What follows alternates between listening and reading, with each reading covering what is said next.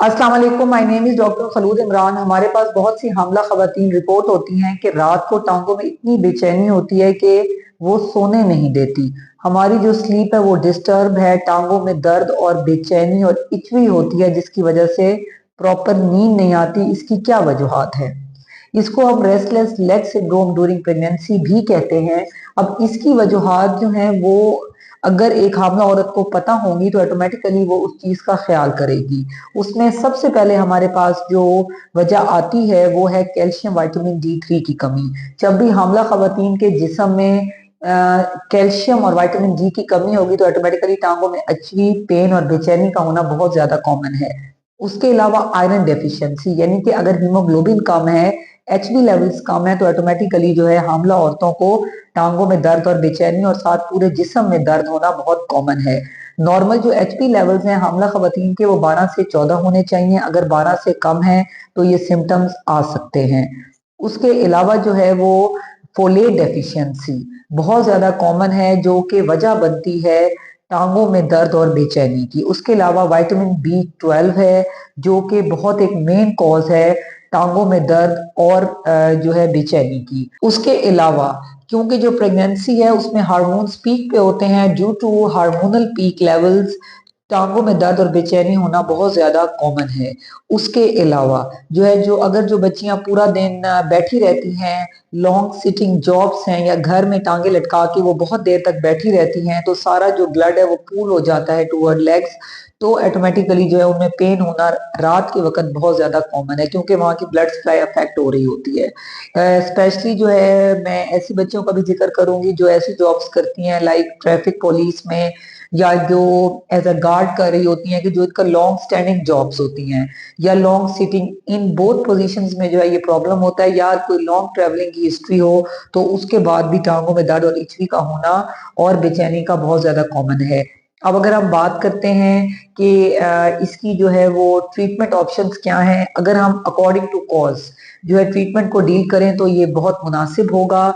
उसमें सबसे पहले मैं हामला खवातीन को बार बार कहती हूँ अपनी वीडियोस में कि पहले दिन से आपने अपने केस को बुक करवाना है ताकि वो आपके तमाम जो बेस लाइन्स हैं वो भी चेक करें और साथ में जो आपकी प्रॉपर हिस्ट्री लें और जो भी वट एवर दी कॉज उसके मुताबिक आपको ट्रीट करें। अगर तो कैल्शियम विटामिन D3 की कमी है तो डॉक्टर आपको बताएंगे कि आपने दूध पीना है, 1 से 2 गिलास दूध के लेने हैं। अगर जो है वो आपने जो विटामिन D3 है वो आपको सन एक्सपोजर से मिलती है, या अगर जैसे आजकल फोक का सीजन है और सन एक्सपोजर ज्यादा नहीं है तो फिर हम बच्चियों को कैल्शियम की टैबलेट्स और विटामिन D3 के इंजेक्शंस भी रिकमेंड कर देते हैं। साथ में उनको बताते हैं कि जैसे कि कैल्शियम मिल्क में मिलता है इसी तरह विटामिन D3 हमें ग्रीन लीफी वेजिटेबल्स से हासिल होती है, तो उसको अपने फूड में शामिल करें। इसी तरह जो फोलेट है वो भी हमें ग्रीन लीफी वेजिटेबल्स और मेडिकल जो है वो मेडिसिन की शक्ल में भी हमें मिल रही होती है। इसी तरह अगर हम बात करें विटामिन B12 की तो ये भी हमें ग्रीन लीफी वेजिटेबल्स के साथ इसकी अब मेडिसिन भी अवेलेबल है, लेकिन वो आपने डॉक्टर के मशवरे से ही लेनी है।